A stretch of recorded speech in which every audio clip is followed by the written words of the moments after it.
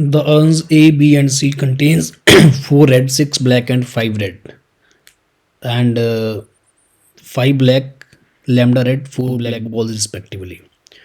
तो यहाँ पे क्या है इस क्वेश्चन में, हमारे पास दो बॉक्सेस हैं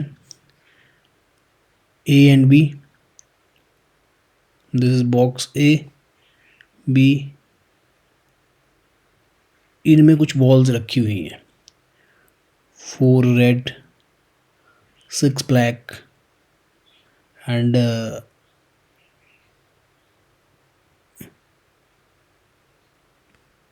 एक और है 5 रेड,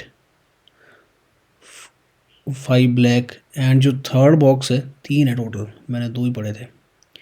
सी में क्या है, lambda red and 4 black balls. तो यहाँ से देख के लग रहा है, बता जब इतना डायग्राम हमने देख लिया कि इस क्वेश्चन में बेस थ्योरम यूज़ होगी पक्का. ठीक है, क्योंकि इन्होंने बोला हुआ है कि एक बॉल हमने ड्रॉ करनी है और वो रेड निकलेगी, और probability that it is drawn from urn C is 0.4. अब ये रेड निकली लेकिन ये सी अर्न से आई, तो उसकी प्रोबेबिलिटी दे रखी है, तो यहाँ से पक्का हमें लैम्डा निकालना पड़ेगा क्योंकि लैम्डा ही एक अननोन है. और इतना होने के बाद लैम्डा जब निकल आएगा तो पैराबोला कैसा है, y square equal lambda x. Lambda निकलने के बाद ही पैराबोला का क्वेश्चन स्टार्ट होगा. तो प्रोबेबिलिटी प्लस कोनिक सेक्शन, दो चैप्टर्स इसमें मिलाए हुए हैं. और y square equal lambda x आने के बाद तो देखो इक्विलेटरल ट्राइंगल है जो उसके पैराबोला में रखनी है. ये तो एक फेमस टाइप है क्वेश्चंस का जो कई सालों से पूछा जाता है कि ट्राइंगल रख दिए इक्विलेटरल पैराबोला के अंदर और कुछ बताओ उसका एरिया, साइड. इस केस में क्या बोला है, इस केस में स्क्वायर ऑफ लेंथ, मतलब साइड का स्क्वायर बताना है. तो क्वेश्चन मतलब आसान है बट थोड़ा टाइम लग जाएगा, थोड़ा सा लेंथी हो सकता है. कैलकुलेशन फास्ट अगर आपकी है तो 3 मिनट से कम टाइम में कर लेंगे आप इसको. तो सबसे पहले लैम्डा निकालने की प्रोबेबिलिटी में मतलब डायरेक्टली लिख देता हूँ. बेस थ्योरम का आपको पता होना चाहिए. इसमें रास्ते की प्रोबेबिलिटी पूछी है, पाथ की प्रोबेबिलिटी विच इज़ 0.6. तो favourable cases it should come from box 3. तो थर्ड बॉक्स से आने की प्रोबेबिलिटी क्या होगी, सबसे पहले बॉक्स को सेलेक्ट करने की प्रोबेबिलिटी, क्योंकि 3 बॉक्स हैं तो 1/3 प्रोबेबिलिटी से सेलेक्ट होगा. अब इस बॉक्स को सेलेक्ट होने के बाद मुझे रेड बॉल चाहिए, तो कैसे होगा, लैम्डा रेड बॉल आने की प्रोबेबिलिटी लैम्डा है डिवाइडेड बाई टोटल बॉल्स, तो इसमें लैम्डा प्लस 4 बॉल्स हैं. बॉक्स सी की बात हो रही है, ध्यान देना. इसमें 1/3 से सेलेक्ट होगा. लैम्डा फेवरेबल केसेस है because the ball must be red, ये क्वेश्चन में ही गिवन है, ball must be red, and total balls are lambda plus 4. Similarly, now all the total cases we will write in denominator. All total cases, again selecting box A with 1/3 probability and getting red ball from box A. 4 favorable cases are there. So 4 divided by total cases 6 plus 4 10. And now one more case which is selecting box B, क्योंकि box B तो आ सकता है ना, तो एक favourable total case में ये भी आएगा. Again it will be selected by 1/3 probability. Favourable cases are 5 and total cases 5 + 5 10. Plus box C वाला जो केस है वो जो न्यूमरेटर में लिखा है वो एज इट इज़ आ जाएगा, क्योंकि इसको हम 1/3 से सेलेक्ट कर सकते हैं. लैम्डा फेवरेबल केसेस होंगे एंड लैम्डा प्लस 4. वैसे बेस थ्योरम के क्वेश्चन अगर आपने किए हैं तो आपको पता है जो न्यूमरेटर वाली टर्म होती है वो डिनोमिनेटर में एक बार आती है. थोड़ा अगर कंसेप्ट में किसी को दिक्कत हो रही है तो मैं समझा दूं यहाँ पे बेस थ्योरम कैसे वर्क करती है.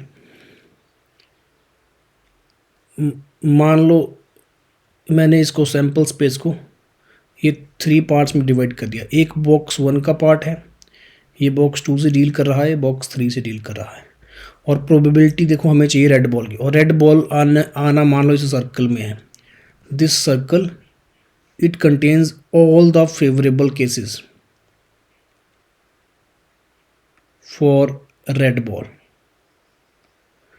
तो आप इस डायग्राम से देख पा रहे हैं कि जो रेड बॉल है वो देखो वो बॉक्स 1 के थ्रू भी आ सकती थी, है ना.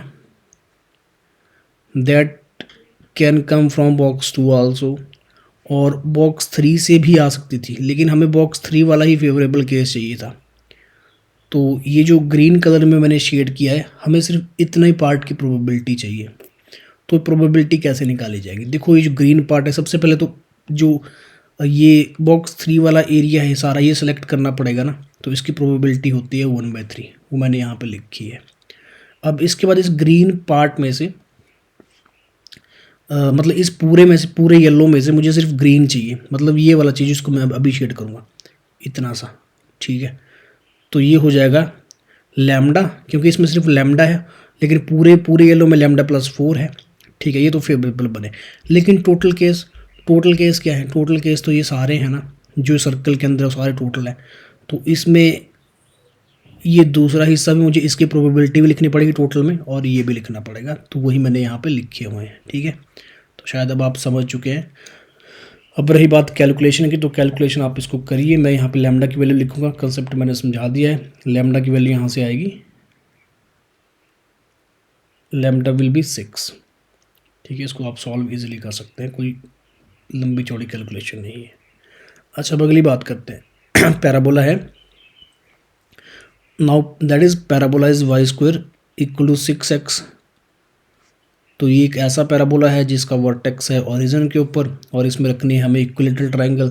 तो कुछ वैसे ही रखनी पड़ेगी कि उसका एक वर्टेक्स तो पैराबोला के वर्टेक्स से कंसाइड करेगा, मतलब ओरिजिन पर ही आएगा, और वो सिमेट्रिकल ही हो सकती है। इक्विलेटरल ट्रायंगल तभी बनेगी ना, ऐसे तो बन नहीं सकती है। तो एक वर्टेक्स हो गया 0,0, एक को मैं मान लेता हूँ AT²। ए की वैल्यू कितनी है? पहले ए की वैल्यू लिख लो यहाँ, 4a = 6, a = 3/2। So AT² 3/2t² and 2AT।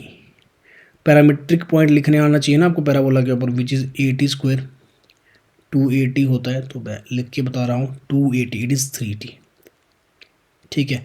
अब क्योंकि इक्विलेटरल ट्रायंगल है, तो ये पूरा एंगल 60 डिग्री होगा, और जो ऊपर वाला एंगल है ये सिर्फ 30 डिग्री होगा, है ना। तो चलिए अब इस मतलब यहाँ पे मैं tan थीटा लगा देता हूँ। tan 30 ऊपर वाले ट्रायंगल में, इस राइट एंगल ट्रायंगल में, which will be perpendicular is 3t, because this is 3t only, this length is 3t। और इसी तरह से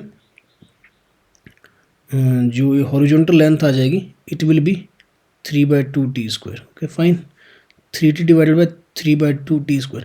बट अगर आपने ये क्वेश्चन किए हो ना, तो आपको यहाँ से पता होना चाहिए कि सारी कैलकुलेशन करने के बाद इक्विलेटरल ट्रायंगल के केस में जो t की वैल्यू है वो हमेशा ही 2√3 आती है, क्योंकि ऐसे कई सारे क्वेश्चन मिल जाएंगे आपको हर जगह। इक्विलेटरल ट्रायंगल वाले t की वैल्यू 2√3 ही आती है जब पैराबोला के अंदर रखी हो। तो आपको कैलकुलेशन नहीं करनी चाहिए थी, डायरेक्टली इसको अवॉइड कर सकते थे अगर आपकी प्रैक्टिस होती। तो मतलब ये क्वेश्चन देने का मतलब यही है ना, क्योंकि इक्विलेटरल ट्रायंगल के ऊपर क्वेश्चन 2020 में भी आया हुआ है, और कुछ PY प्रीवियस पेपर्स में भी आपको मिल जाएगा इस टाइप का क्वेश्चन। तो मतलब जिन स्टूडेंट्स ने पढ़ाई की, ये प्रैक्टिस की, उनको ये t की वैल्यू याद है, तो उनके लिए जो क्वेश्चन सिर्फ प्रोबेबिलिटी का था, उसके बाद वो डायरेक्टली आंसर लिखते, है ना। और फिर रही बात साइड की, यहाँ पे मैं आपको बता दूँ कि tan 30 की वैल्यू 1/√3 पुट की गई है, और उसको सॉल्व करा गया है, क्योंकि ये जो वैल्यू होती है ना 2/t होती है यहाँ पर, ठीक है। तो अब साइड का स्क्वायर करना है। तो साइड हमें पता है, मतलब दिख रही है ना, यहाँ से डायग्राम से ही दिख रहा है, ये पूरी साइड 280 ऊपर की तरफ है, और 280 ही नीचे की तरफ होगा, है ना। तो 480 साइड होती है, मीन्स इट इज़ 60 का स्क्वायर। मतलब जिन स्टूडेंट्स को वैल्यू पता थे वो डायरेक्टली 60 का स्क्वायर करते हैं ना। तो 6 × 2√3² which is 12 square 144 × 3, and it is 2 3 3 × 1 3 4 432 is answer. अच्छा, न्यूमेरिकल वैल्यू वाला क्वेश्चन था, ठीक है। 432 का आंसर आ गया। तो स्टूडेंट्स देख सकते हैं आप, इजी था क्वेश्चन, लेकिन हाँ थोड़ी कैलकुलेशन थी, लेकिन कैलकुलेशन भी तभी है अगर आपने प्रैक्टिस में थोड़ी सी कमी रखी है, और वैसे क्वेश्चन ओवरऑल इजी था।